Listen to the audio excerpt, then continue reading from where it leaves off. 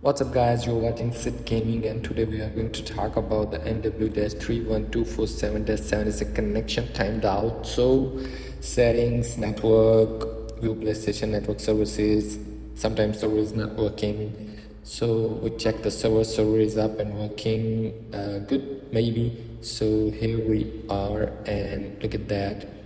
Everything is working up and good, and if not working then you just wait. Sony will fix this automatically and then you can get the DNS error or a connection timed out error.